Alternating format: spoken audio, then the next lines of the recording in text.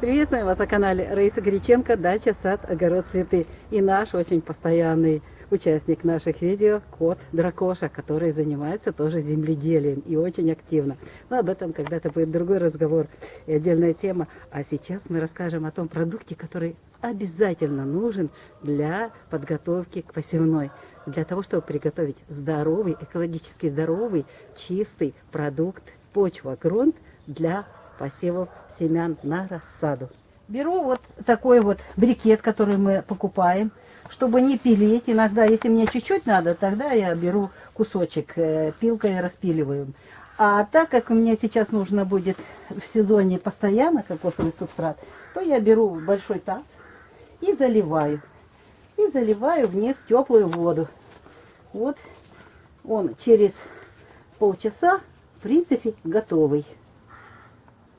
Кокосовый субстрат появился в магазинах нашего региона, это южный регион Украины, где-то лет 8 назад, в маленьких таких упаковочках. Но это был довольно дорогой продукт.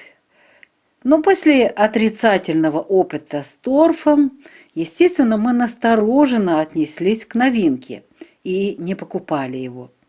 А через пару лет нам повезло, и мы полетели в путешествие на прекрасный остров, в страну красивой природы и гостеприимных людей. Это была сказочная Шри-Ланка. Мы побывали в садах нескольких ланкийцев и увидели у всех, абсолютно у всех, аккуратно сложенные, использованные кокосовые орехи прямо под кокосовой пальмой.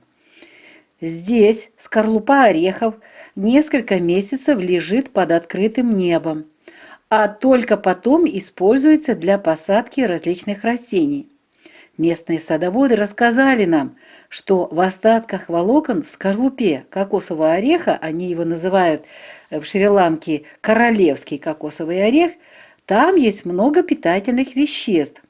Волокна удерживают влагу от дождей, и в сезон дождей полив при посадке любого черенка или семена, но обычно они высаживают растения, здесь не требуется полив.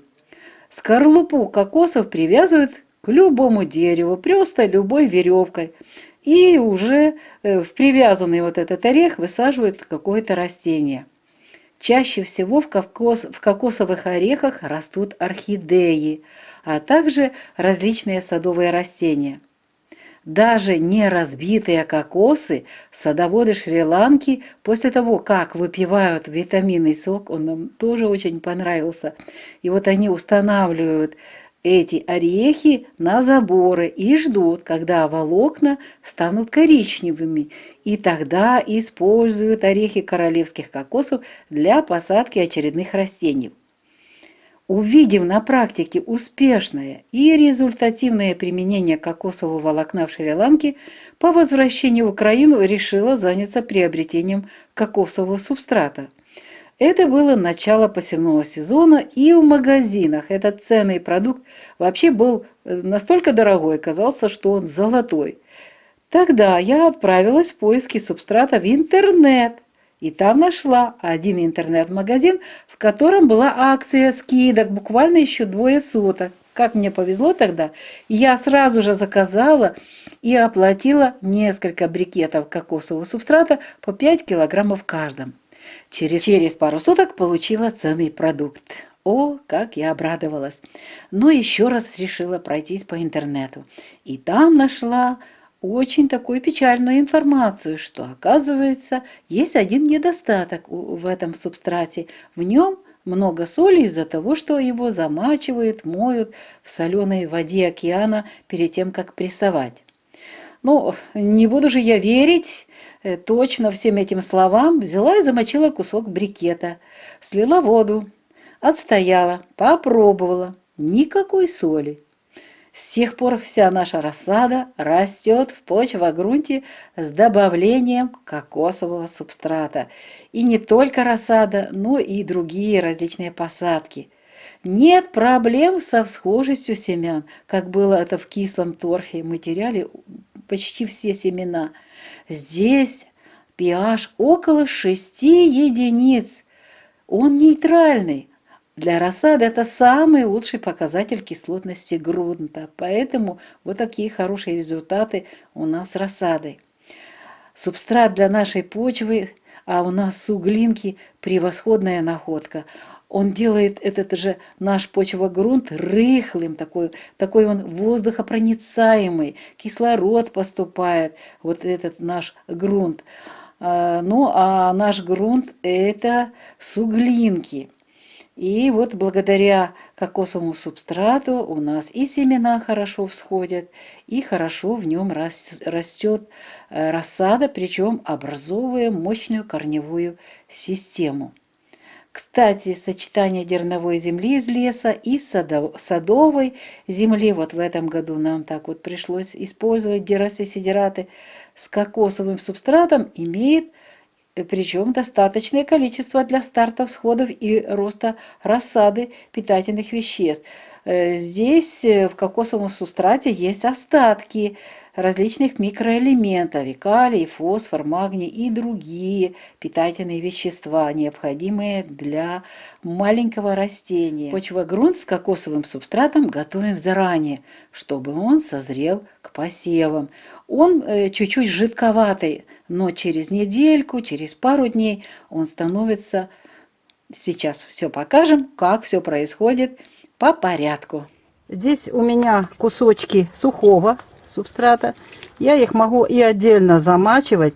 Меня попросили рассказать, как я это делаю. Очень хорошо теплая вода. Замачиваем, заливаем. Ну, по инструкции нужно делать вот таким образом.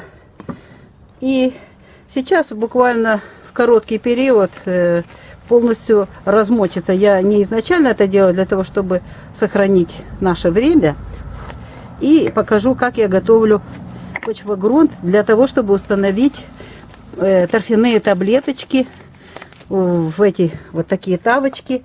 И для этого что я делаю? Мне нужно 60% грунта и 40% кокосового субстрата. Это идеально уже, сколько мы использовали вот этот рецепт приготовления почвогрунта. Вот это идеально. Можно уже когда рассаду, тогда я уменьшаю кокосовый субстрат 30%. Ну вот я вот такие взяла. Берете мерочку просто. И таких 3 мерочки. У нас в данном случае почвогрунт, собранный в саду. В этом году дерновая земля осенью, ее не было практически. Здесь вот 3 штуки я заранее набрала. И не было в лесу собрать дерновой земли. Мы заранее готовим с осени и заливаем триходермином, раствором триходермина, для того, чтобы был здоровый грунт. Вот выбираем то, что осталось. И здесь у нас тоже, кстати, росла несколько лет фацелия. Уже сама засевалась. И в саду, в междурядьях была фацелия. Так как старый сад мы сейчас меняем на новый, поэтому мы убираем часть земли себе, используем сразу же для посева.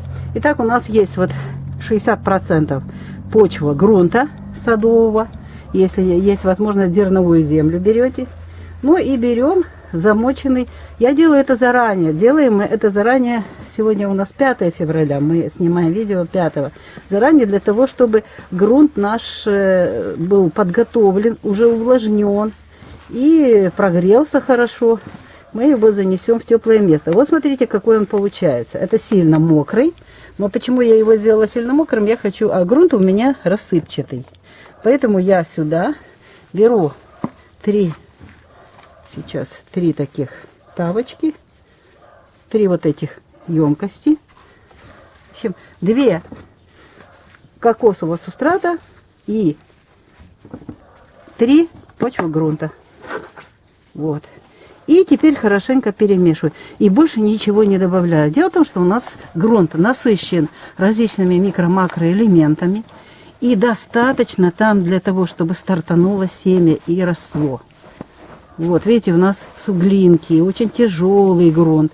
Поэтому нам нужно обязательно использовать вот этот элемент, важный продукт, очень ценный, экологически чистый продукт, который называется кокосовым субстратом. Здесь многовато сейчас воды, но и что я делаю заранее, для того, чтобы, вы уже сами увидите, для того, чтобы заранее он подготовился, созрел, ну, за 2 дня.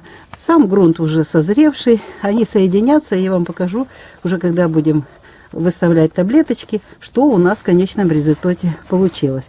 Практически я вообще-то сейчас вам покажу это.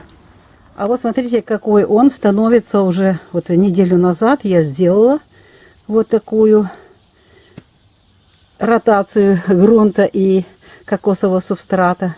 Кстати, даже проросли сорняки, возможно, даже и фацелия, но сейчас это для нас не нужно. Мы как раз уберем эти сорнячки или растения. И вот такой он получается у нас красивый почвогрунт для того, чтобы посеять рассаду. Очень красивый, воздушный, приятный такой в работе. Самое главное, очень хороший для семян. Это уникальный продукт для семян. Вот здесь у нас уже, видите, мы таблеточки укладывали, и именно вот такой пропорции готовили вот этот почвогрунт. Видите, какой у нас получился? Здесь можно увидеть его.